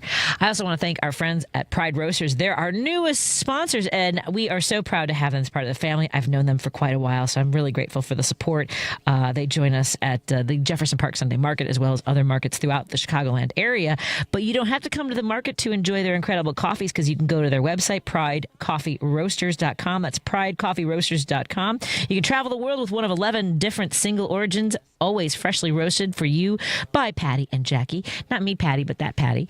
And for a limited time, head over to their website, place an order with a coupon code DRIVEHOME10. That's DRIVEHOME10 to save 10% on your order, on your entire order. And, of course, our friends at Kids Above All. Go to kidsaboveall.org and support their mission to help children live happy, healthy, safe lives. And Source Solar, there are some incentives that are expiring. And I say this specifically to everybody around the country, but for those who live in the Chicagoland area, if you've been on the fence about getting solar panels, make an appointment. Go to source.solar. And for folks around the country, find out what solar panel installers you have in your area. Make an appointment before the incentives run out. Check and see what's going on with your government and what their policies are in regards to renewable energy. Okay, I have coming up in just a little bit, we are going to take a break for the most part from politics and talk to our good friend Mike Crowley, who is the reviewer for You'll Probably Agree Reviews. That's YPAReviews.com if you want to take a look at some of his great work. And right now, I want to share an interview I had. I sat down with Lieutenant Governor Juliana Stratton at the McLean County Dems barbecue, bags, and beer event, and it was so much fun. It was wonderful to hear what she's planning to do as she runs for Senate. Here she is. We are so thrilled to be at the McLean County Dems barbecue, and joining us is Lieutenant Governor Juliana Stratton, who is running for Senate, for U.S. Senate, which is amazing. Congratulations. And I know it's been a long day, so tell us what it's like to travel throughout the state now in this new capacity running for office as a senator. Well, I've always traveled the whole state as lieutenant governor, which has been great about entering this race knowing that I've known the whole state of Illinois. But what's exciting about doing it so now is that people are so motivated. Like, I walk into a room like this today and everyone breaks out in applause. I was in Champaign County. I was in Urbana. I was in Matteson, Illinois. People are engaged. They are looking for real change. They want to see a fighter. And when I can look them in the eye and say, I'm going to be that fighter for them, it just builds that energy to say, we are going to make it through these really dark times, and we're going to come out fighting for the people of Illinois, and I'm glad to do it in community. Well, I love hearing the conversations that you have with Richard Chu. You help keep me awake in the mornings because I'm like, it's the Lieutenant Governor. I got to listen. I got to pay attention. And I do think that there is something to be said about going through the aftermath of Governor Rauner, who basically had the blueprint for what, at a much larger scale now, obviously. So tell us a little bit about, being on the path to recovery and how much you've been a part of that and how that feeds your vision for the future of the United States. Well, 100%. I mean, look at what's happening. Look what happened with the big, ugly bill last week, where we are seeing millions of Americans stripped of their health care, children who are hungry being stripped of their food assistance and benefits that will put healthy food on their tables. All of our utility bills are going to go up. And we're seeing the devastation and damage that's being done from the chaos coming out of a Trump White House. But when we were here in Illinois back in 2019, we had to take over, Governor Pritzker and I, after almost 2 years without a budget, and all the damage that caused. And I believe what we've seen here, now that we've passed 7 consecutive balanced budgets, 9 credit rating upgrades, this is an example of the kind of leadership that we have already provided. I want to take that leadership, that sort of steady, kind of like, let's just do what government is supposed to do, which is be a partner, not a roadblock, and take that to Washington, D.C. I keep telling people with a smile, government should be a little more boring than it is right now. People shouldn't be waking up every day saying, what does my phone say? What's the headline? They should just be able to take care of their families. Working families should do what they do without having to wonder, is the government fighting for me? Yeah, I agree with that completely as far as like wanting a fighter. And when you are talking to people and they say they want you to fight, what are some of the conversations? What are the things that they're worried about? Because we are getting, it's like body blow after body blow. Like you said, I want it to be boring again. But what is the loudest to you, or some of the concerns that folks have as you meet people in all parts of the state? Number one, affordability. People are asking every single day, am I going to be able to have access to health care? Is my rural hospital going to close? Am I going to be able to take care of my senior parent, and I was a primary caregiver for my mom, am I going to care for my parent who might be stripped of Medicaid? So affordability is one of the things that keeps coming up. Access to opportunity. Will my child get the resources they need in their school now that the Department of Education is being dismantled? Will I have a pathway for my children to go to college? Will I be able to afford it? Again, going back to affordability. But there are a lot of people, by the way, who are really concerned about defending our rights And we're living in a time where all of our fundamental rights are at stake. We've protected rights here in Illinois, but look at what's happening in the streets with people being snatched off the streets by masked people without any official marking, stuffed into cars with no due process being followed. And I just think this is a moment where all of us, yes, there's a lot of fear, there's a lot of uncertainty, and I think we just have to dig deep and recognize there's power in community, and the power is people like this here in McLean County coming together to say we're not going to sit on the sidelines, we're going to fight back. What is it like as you are, in a way, sort of the footsteps of our former president of the United States? Because I know stories about President Obama traveling around the state, going to Macomb, going to Champaign, going to the places that you're going to. This is another historic moment in Illinois' landscape, and so we're so excited that you're picking up this challenge, because it is. I mean, tell us how big is the sort of emotion for you as you know that you're stepping into this at a time in history when we need someone who is going to fight more than ever? Well, the emotion for me, Patty, is that I woke up on the day after Election Day to my youngest, who's only 9, in tears when we told her who won the election. And I think about so many people who were just gutted by that outcome, and who many people kind of said, I'm going to step back, I don't know what to do, is it all lost? And so many people have asked me, are we going to be okay? And that's where my emotion comes. Like, I can't say that I'm thinking about the sort of historic nature. I mean, first of all, Illinois knows how to make history with this seat. Carol Moseley Braun, Ambassador Carol Moseley Braun, the first black woman ever to serve in the Senate. Certainly President Obama. How about Senator Tammy Duckworth, who has also endorsed my campaign, who is a trailblazer and just amazing as a leader. But what I really think about is the people who are looking for someone who is going to stand up and fight for them. And we have this opportunity for the first time in 30 years to bring new voices, new perspective, and new energy. And I'm ready to do it. And I'm ready to deliver for the people of Illinois, just as Governor Pritzker and I have done for the last seven years. When you mention things like affordability, access to health care, education, for me, I do believe that health care is the crisis of our generation. What are some of the things that you see? And I know that you have to go, so I just saw your campaign manager or your staffer say they're going to wrap it up now, right? Tell us, I mean, for people like me, we want big and bold. What do you see as our path forward for health care? Well, there's health care, but let's start by recognizing that with this big, ugly bill, they just gave all of their ultra-wealthy friends a tax break. And what I'd like to see is that middle-class families can have a tax cut, and we pay for it with a tax increase on millionaires and billionaires. Let's start with that. Let's start with the fact that here in Illinois, we raised the minimum wage to $15 an hour, and yet at the federal level, it's still $7.25 an hour, and we need to get there. Let's start with the fact that here in Illinois, we passed an assault weapons ban, and we still need to get there and do something, pass some common sense gun safety legislation at the federal level. We've had an assault weapons ban before. We need to do it. So in terms of health care, I want to see an undoing of what we're seeing. I mean, we're talking about millions of Americans who will not have access to health care, and every single one of us are going to be impacted by that. I will fight. I got into elected office caring for my mom. Her health care was stripped away by our previous governor, Bruce Rauner, and that's what led me to run for office. 10 years later, here we are, and I can tell all of your listeners, I'm going to fight for their health care and fight for all of their rights to be defended. Well, your campaign staffer is going to fight with me if I don't give you a chance to get out of here. Thank you so much, and I know the folks here want to talk to you as well. Go get them. You're doing a wonderful job. You are truly fired up. We can tell. I am. Thank you so much, Patty. Thank you. Have a great day. Thank you. More after this. Greece is cheap. But the airfare costs a fortune. Paris? Not much closer, and again, airfare... What about Puerto Vallarta? Let's face it, flying anywhere is just too expensive. Wait, what's this?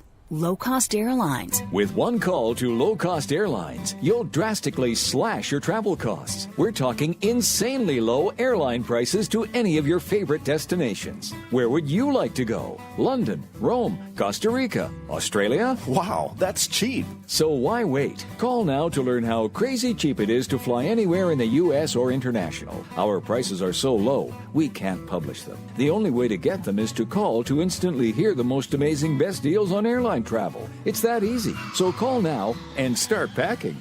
800-708-3091. 800-708-3091.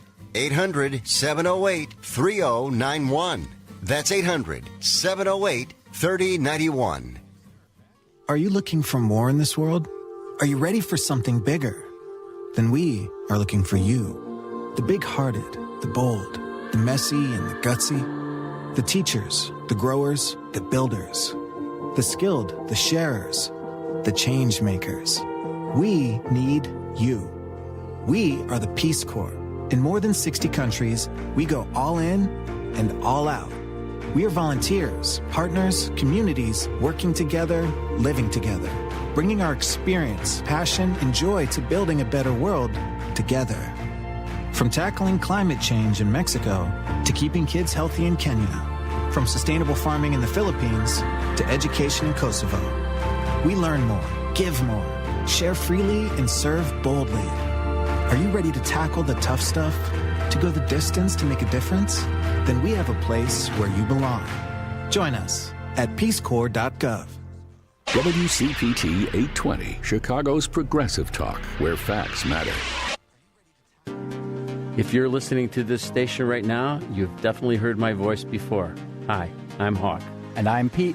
And we're with Source Solar, your local source for solar. Source Solar is Chicagoland's premier solar installer, providing solutions for over 1,000 homeowners and business owners across Illinois and Iowa. With over a decade of industry experience and deep roots here in Chicago, we have the expertise to help your transition to clean, renewable, resilient energy. We can guarantee that we save you money day one without any out-of-pocket cost to you. This means you have an instant ROI, instant payback, and can save money to add to your bottom line day one. At Source Solar, we source everything as local as possible, meaning we always carry the Made in USA sticker.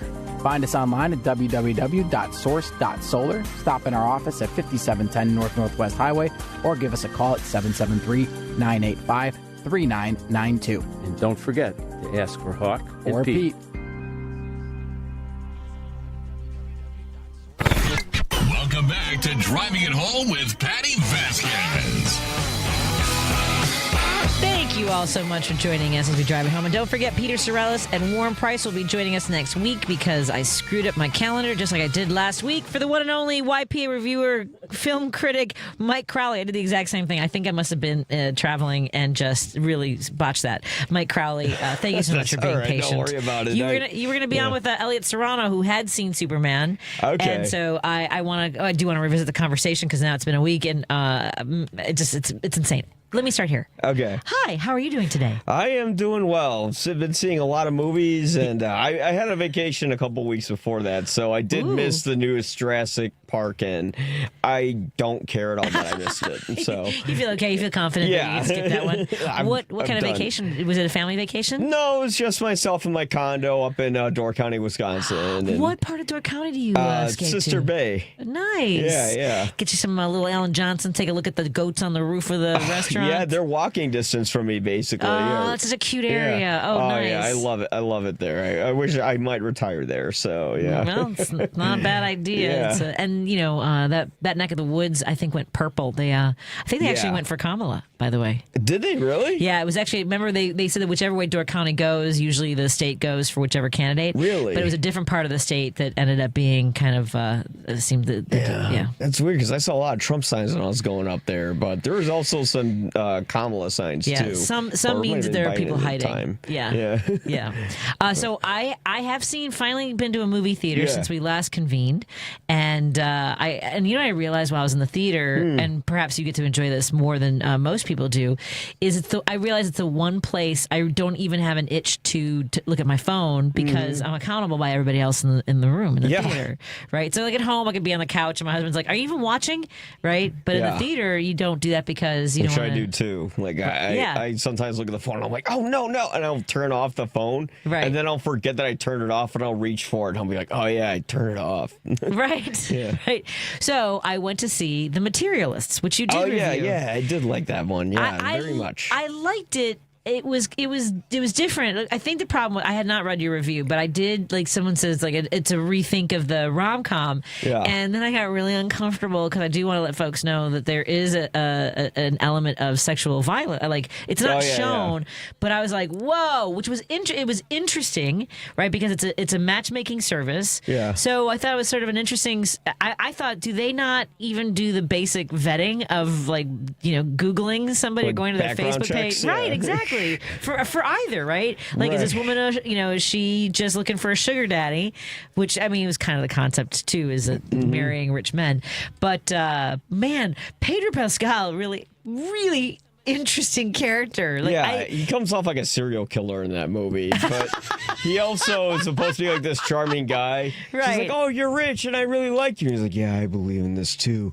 And you're just like, "Oh, there's something off with this dude. Like, why does he sound like the Mandalorian right now?" Like, that's funny. Well, what also struck me was sort of, and I don't want to give anything away, but was something that was sort of dropped in the beginning of the movie. Just felt like it was a little bit shoehorned. Like, we're going to talk about what men do surgically in order to, and then I was like, oh, okay, gotcha. Okay. I'm trying to remember what part of that was, but I was like, okay. Yeah, because that was a long time ago since I saw it. But my one issue with the movie is that I felt like the last 30 minutes kind of caved in, and they're like, okay, we're going to give you the happy ending. We're going to give you, not what the ending really would be, right? But what works for the character and the theme, and what would make the audience happy in the end. Well, it's interesting because I wrote a screenplay for a TV show pilot, and it was imagining if I had chosen the guy who is now pretty wealthy. He and his wife have bought a $1.2 million home in Scottsdale, Arizona, in a gated community. I'm fine.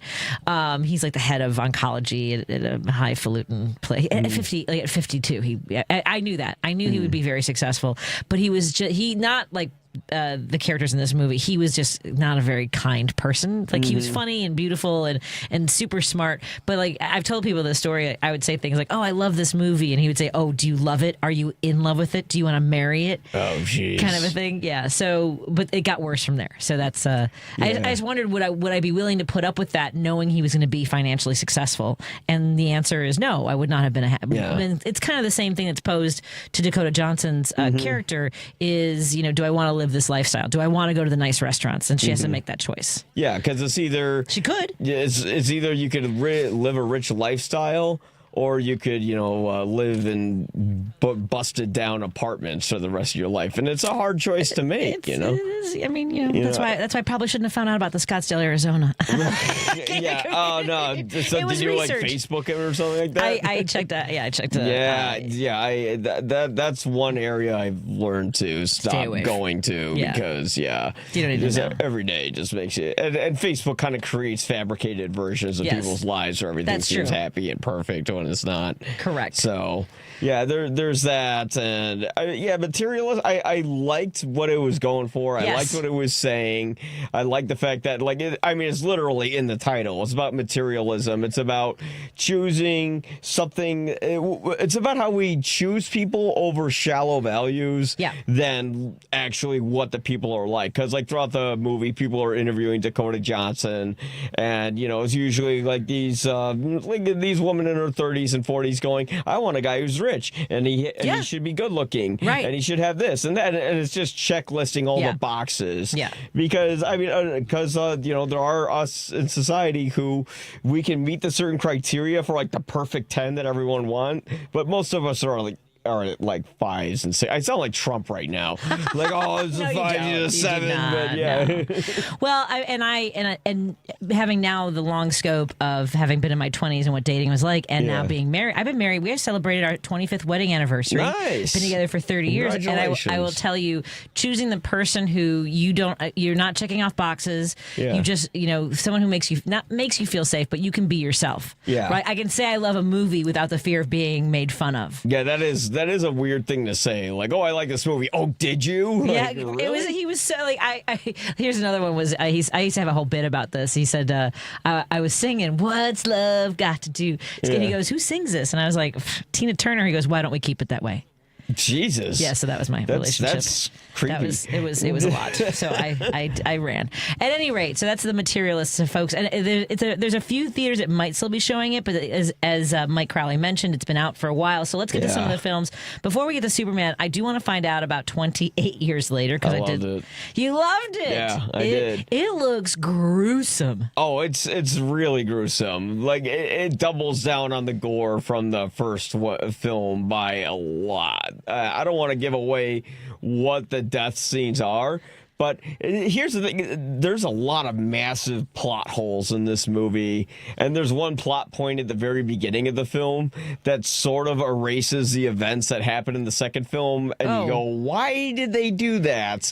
But I really liked it because it felt like a movie that's legitimately directed by Danny Boyle. It's a movie from the cutting to the usage of music that you can distinctly tell it comes from him and is unlike any other horror movie that's out there. It's not just like your typical zombie film, which is weird because 28 years later, or days later, it sort of evolutionized the zombie genre. They used to be slow and moving, and then they came running at you. Although the screenwriter of the film, Alex Garland, said they're not zombies, they're just infected. The blood gets in contact with you, then you enter the state of rage and you can't escape from it. And it kind of gives you this weird superhuman strength. And I'm like, yeah, but they're still like zombies. They even say zombie in the third one. One really weird choice the movie made is that all the zombies are naked in it. And there's a main zombie called the Alpha, where everyone's been making jokes about how, you can guess. Right. I don't want to get in trouble, but yeah.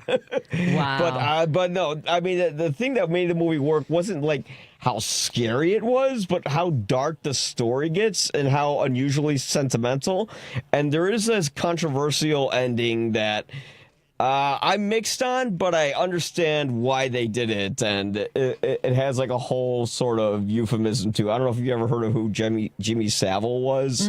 Okay, he was a monster, but he was beloved in England for years and years and years. But there's a character that has a relationship with him, not relationship with him, but has a resemblance to him. Yeah. Wow. I was wondering about that too, because I think a lot of people are looking for that sort of through line. Yeah. Right. Yeah. Yeah. I don't know if I'll see this one. I never liked any zombie movies, and I know this isn't a zombie; it's a virus. It doesn't matter. It's a zombie movie. They can Alex Garland call it whatever he wants. It's a virus movie. Yeah. We are in studio with Mike Crowley. He is the film reviewer for You'll Probably Agree Reviews. It's ypareviews.com.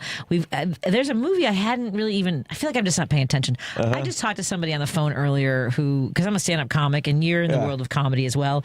And it's one of the producers from Comics Unleashed. And he's like, we're coming back in the fall. And I was like, and apparently it was like a news release in the spring. I'm not on top of anything, even in my own industry. Comics Unleashed is coming back. But I mean, it's been they're going to be filming some new episodes, and but now they're going to be on network television. Like they're usually on Channel 26. They used to be on later. Now they're going to come on after Colbert. So that's in the news, which was I did not know that. I know we'll talk about that a little bit maybe when we come back on WCPT 820 Heartland Signal. Thank you to our friends who are tuning in on KKNW 1150 and KTNF AM 950. More after this. And by the way, the phone lines are open. So if you want to talk about movies, you're welcome to join us on the Credo Mobile phone line or the text line 773-763-9278. Credo Mobile, a company that's better for people and the planet. Go to credomobile.com. You're listening to WCPT 820. Here's the latest Chicago weather update.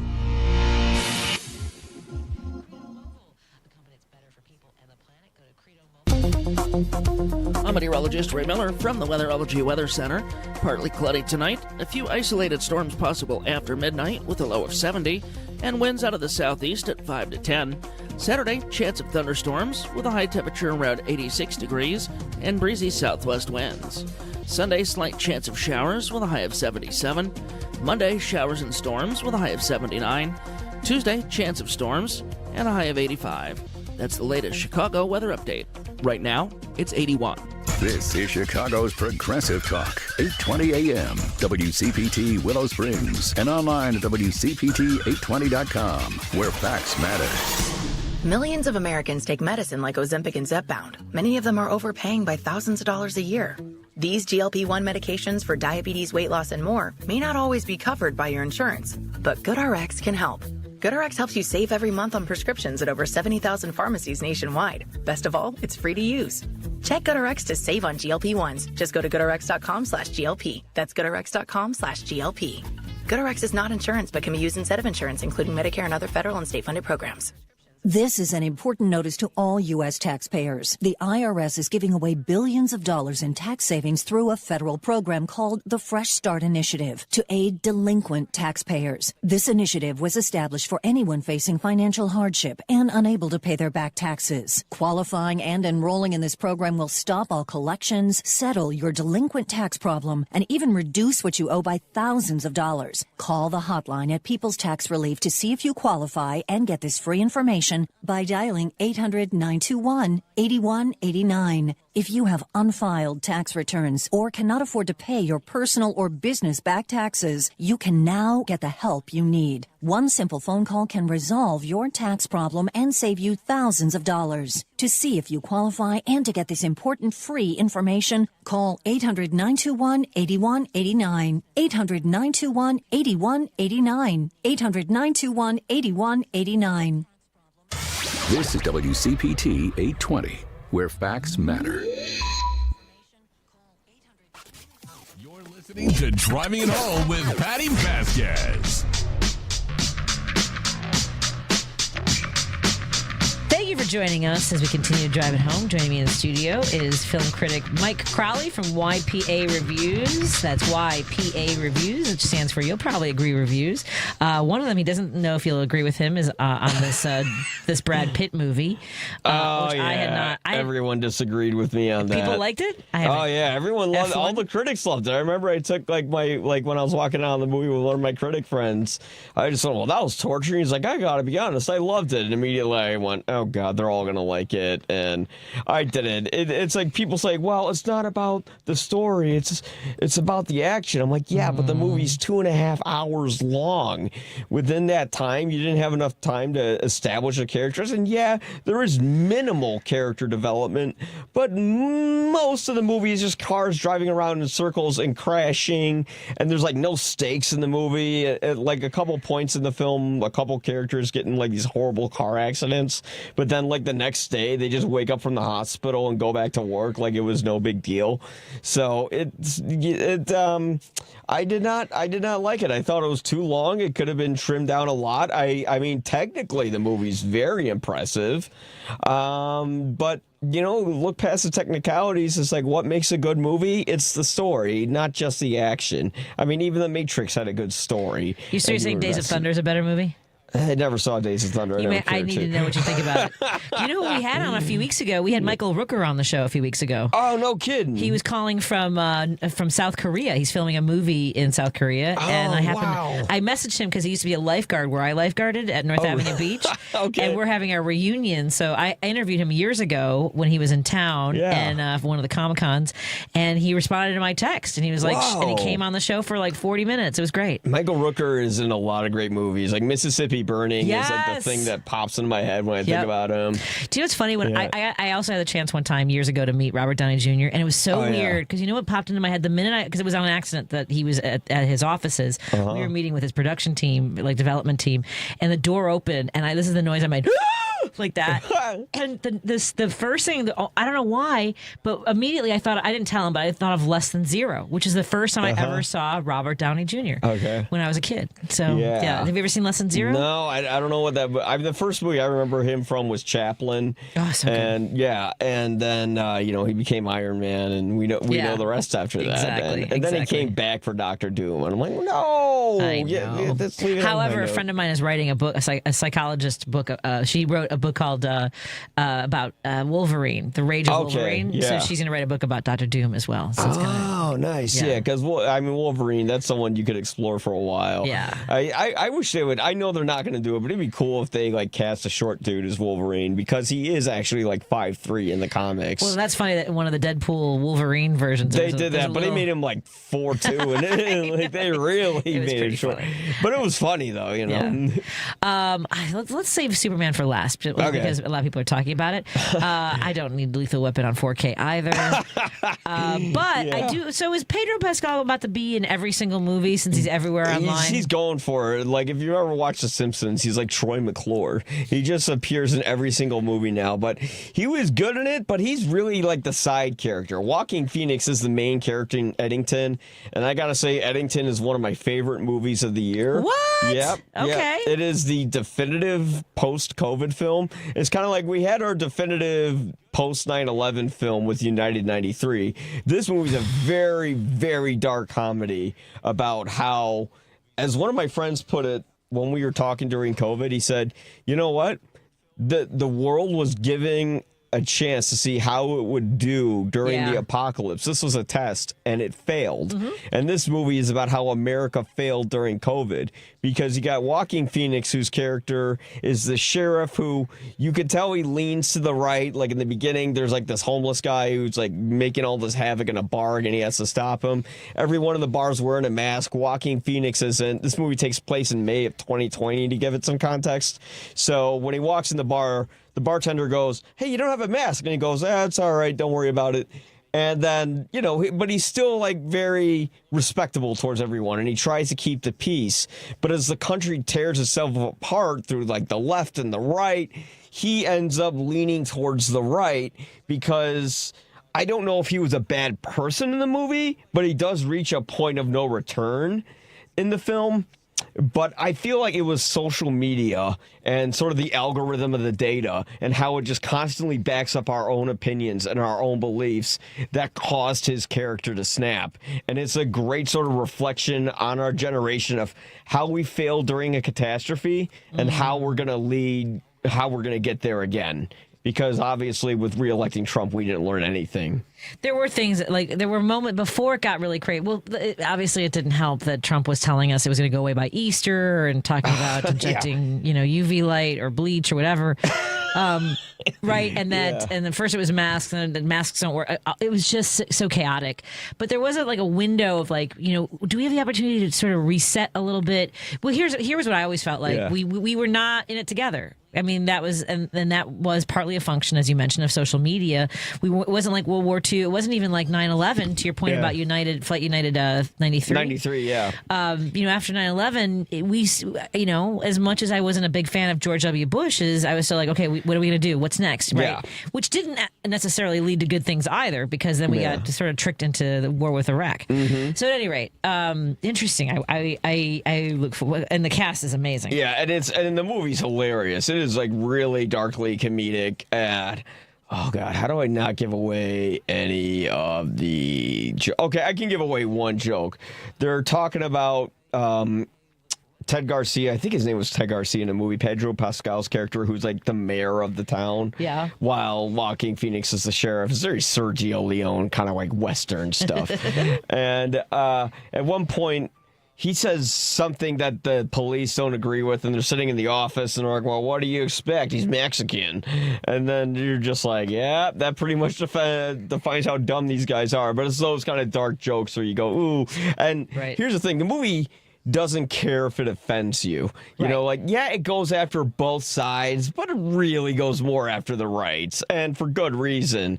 And, you know, if you don't like it, if it offends you, go kick rocks. Who cares? Exactly. And that's kind of what Ari Aster, who he's known for making a lot of horror movies like Hereditary and Midsummer. This movie is like, it's a comedy, but it's like a horror comedy, and the horror is just how misinformed Americans were and how they ended up tearing each other apart, and that's like where the comedy stems from. Okay. Yeah. Whew. Now, do you ever review and go, you can catch us, you can wait for this on streaming, or you should see this on the big screen, right? I mean, obviously there's some movies we want to support, right? There's also another element to that. Yeah. Eddington, I would see on the big screen, but I would say, like, here's the thing: I think that movie could have been filmed on film instead of digital because it just looked a little too clean for its setting. I'm like, man, if you just had those grains of that celluloid on screen, it would make the story scream even more, you know, and really kind of give you a reason to go to the theater to see it. Right. I would go to the theater to see it because it's unlike anything out there for a while, and it's divisive. Not everyone's gonna love it. And not just because of politics. There's like fellow critics who didn't love it because it goes really over the top with its humor, especially in the third act, where even I was a bit like, when they got to it. But I mean, outside of those flaws, it's a movie that does what a lot of films should do, and that is to, you know, have some guts. Right. Yeah. It sounds good to me. I want to see that one. It is. So you have given that 3.5 Guinnesses out of 4. Yeah, correct? Yeah. I almost gave it 4, but just some of those like weird comedy decisions where you have to take your suspension of disbelief and pretty much throw it in the garbage can, like when you get to like the last part of the movie. Well, I look forward to seeing that one. Hi, Patty. Happy Friday. Just an observation. That guy giving the weather forecast on the station's break sounds like, I see. Sounds like RFK Jr. Yeah. Love the show. I hear it. I hear you. It is not. I assure you it is not. Thank you. It's and it's also not David Hochberg going .com. Wait, what is it? .com. Sorry, there's one of our sponsors. I'm teasing. I was thinking of there's some commercial where they go like .com. Yeah, see, I think he was trying to go for that too. Yeah. So that is Eddington, which I had not heard much about. So thank you so much for enlightening us on that. Yeah. I just haven't had a chance to catch up on movies. Now the one that everyone knows about. We'll talk about. So we still save Superman for last and do I Know What You Did Last Summer, which is getting a lot of news because Jennifer Love Hewitt looked stunning on the red carpet, but people don't like to see anyone get older apparently. Yeah, and she doesn't even look that much older. No, you know, she looks great. She's like what, in her 40s and she's had 46. 3 kids. Mm-hmm. But everyone wants her. Like, it's just weird kind of viewpoint of what an attractive person should be. Right. You know, they want her to be thin and have and 20. Yeah, and have like we would all let her be thin and 20, folks. But yeah, like everyone wants the porn star looking body, and you can't get that. And I mean, I'm sorry, but her body looks great. I mean, I don't want her to be that thin. I'd rather have her look normal. I mean, it's not like she has gained a ton of weight like some people have. I won't name names because I don't want to be fat shaming people on the radio show, but it is surprising sometimes, you know, when you see someone who looked a certain way and then you see them, you know, whatever project they're on now, and you also go, you know what, none of my business. I mean, I know that they're in show business, but some people are now behind the camera more. That's all we're saying. Yeah. But at any rate, so tell us about, okay, I saw this when it came out. I saw the original I Know What You Did Last Summer, and I Know What You Did Last Summer as well. Yeah. I think it was called 2. I Still Know What You Did Last Summer. That's what it was. Yeah, yes. I saw the first one on VHS, and the second one I saw in the theaters. So, and then I saw it like other times, and it was like on TV and stuff like that. So I have more of a connection to the second one than the first one. But, yeah, it's funny because that movie came out, I think, like a year after Scream came out, and that's when that whole era of horror movies that are very self-conscious that they're horror movies, so they're going to kind of make a joke about it and spoof the genre, which that was the whole point of Scream, was to spoof the genre. And then every movie just copied it, and they became a cliche themselves by making fun of movies that were about cliches. It was a lot. It was a volume. Let's find out what the review is for I Know What You Did. I Know What You Did Last Summer. Oh, it's terrible. We'll come back. Well, there you go, man. That's all we need to know is 1 Guinness out of 4. More after this with film critic Mike Crowley from YPAReviews.com. We'll continue our conversation when we come back. We're going to, of course, get to Superman. Think Theory Radio. We enter this world of hyper-reality. In case you didn't know, hyper-reality is the inability of consciousness to distinguish reality from a simulation of reality, especially in technologically advanced societies. The action of hyper-reality is to desire reality in an attempt to achieve that desire to fabricate a false reality that is to be consumed as real. Think Theory Radio with Damian Perdue. Saturdays at 6 p.m. on WCPT 820. Progressive's Auto Quote Explorer lets you easily compare direct rates from different insurance companies, so you can be confident you're getting the right one, even if it's not with Progressive. Way more confident than you were when you tried online gaming. Who knew 12-year-old boys could be so mean? And where did they learn to swear like that? 2 hours of losing to these underage trash talkers, and you're starting to question if maybe you really should stick to pickleball and other boomer stuff. So use Progressive's Auto Quote Explorer and be confident you're getting insurance that's right for you. Progressive Casualty Insurance Company and affiliates. Not available in all states or situations. Prices vary based on how you buy. Not all people are the same. And yet, when we visit the doctor, our treatments don't look that different. Why is that? Because we just don't have enough information to do it better. By gathering health data from 1 million people, our country's best researchers will be able to develop treatments that are as unique and complex as we are. With this new information, doctors will have a better understanding of disease so they can innovate the next great breakthroughs in medicine. Learn more at joinallofus.org. Doctors Without Borders is delivering life-saving medical care where it's needed most in communities around the world. From bandaging war-wounded patients in Sudan to providing clean drinking water in Haiti, we're in more than 70 countries worldwide, bringing patients from sick to recovering, from emergency to aid, from crisis to care. This life-saving care is made possible by a global movement of supporters like you. Thank you. You're listening to WCPT 820 because facts matter. Driving it home with Patti Vasquez. Thank you so much for hanging out with us as we head into the home stretch for Driving It Home with me, your host, Patti Vasquez. And I hope all of our friends listening on KKNW and KTNF, and of course here in Chicago on WCPT, I hope you all have a wonderful weekend because there's a lot going on, and maybe one of the ways you want to relax is by watching a film. And we just talked about I Know What You Did Last Summer, which gets 1 Guinness out of 4 from our film reviewer, Mike Crowley of YPAReviews.com.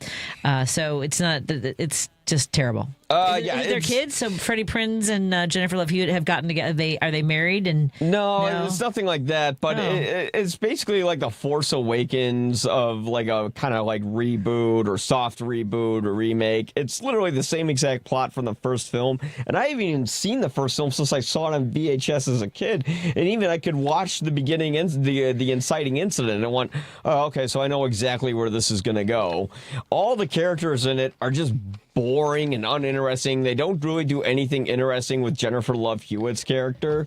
Like when you cut to her, you're like, oh, okay, yeah, that would make sense. That would be your occupation now. But then we don't really see how the events affected her or changed her or did anything. Like they don't do anything. It's not like Neve Campbell in all the Scream movies. Yeah, right? It's not like Sidney Prescott. Like they don't really do much with her. And then Freddie Prinze Jr., I don't want to give much away with this character, but there's like a plot twist that they didn't like lead up to it or anything, and it just comes in the last minute, and you go, why are they doing that? And then there's like one of the more interesting characters in the movie they kill off like right away after meeting them, and it just ruined it. So yeah, it was boring. I was just waiting for it to end. It was predictable. It doesn't do the smart thing like Final Destination Bloodlines did, where basically no one was safe. And that's all I'll say about that. Okay, fair enough. Like, this one just felt very safe. The jokes were lame. The plot was regurgitated, and the characters were extremely boring. Like outside of who the main character in the film, I don't even remember her name. I think her name was like Ava or something like that. Like outside of who she's attractive to, I don't know anything about her. And every character in that movie was just like a rich person who I just wanted to see die. Wow. So, yeah. Aggressive. All right, then. Fine. I have zero interest in seeing Superman, but I know a lot of folks were excited for this to come out. Yeah. Can I just? And I've seen a lot of things say that, a lot of reviews say that he's the least interesting Superman. And I know this is terrible, but his face looks squishy. I mean, there's something. I mean, just the and I don't know if they just photographed this poorly, but I'm looking at the poster, and I mean, if you compare him to Christopher Reeve and Henry Cavill. Cavill. I mean, and look, but this is like the one thing. Like an iron jaw, and you know what I'm saying? I'm not just putting one little curly lock on his forehead isn't gonna. It's just weird. Anyway, so your thoughts on Superman? I was mixed on it. I didn't love it. I didn't hate it. I just thought it was mediocre. My main problem with it is, and I'm probably in the vast minority of it, David Cornswood as Superman just seemed a little off. Right. Like there's a scene where and the clip's online. He goes into Lex Luthor's office and he's just raging and screaming at him and demanding where his dog is. And then there's a speech from Superman at the end of the film where he's literally saying everything Superman should say, but he's doing it with such an aggression that it made him come off more like a bro than a man. Well, it was written by James Gunn. So. Yeah, and it has sort of like... And here's the thing, when it comes to Superman films, after the Richard Donner films, they all stunk. This is by far the best one. Oh, really? And it's still not saying much about the movie because there's way too many characters in it. The action, the film is more focused on action than it is character. Okay. And I think if you just trim down some of the characters and you focus a little more on Superman in his own movie, you could have something really good because the direction they're going with it, I think is the right direction. It is lighter, although some weird dark stuff happens in it. Superman gets his butt kicked a lot in the movie.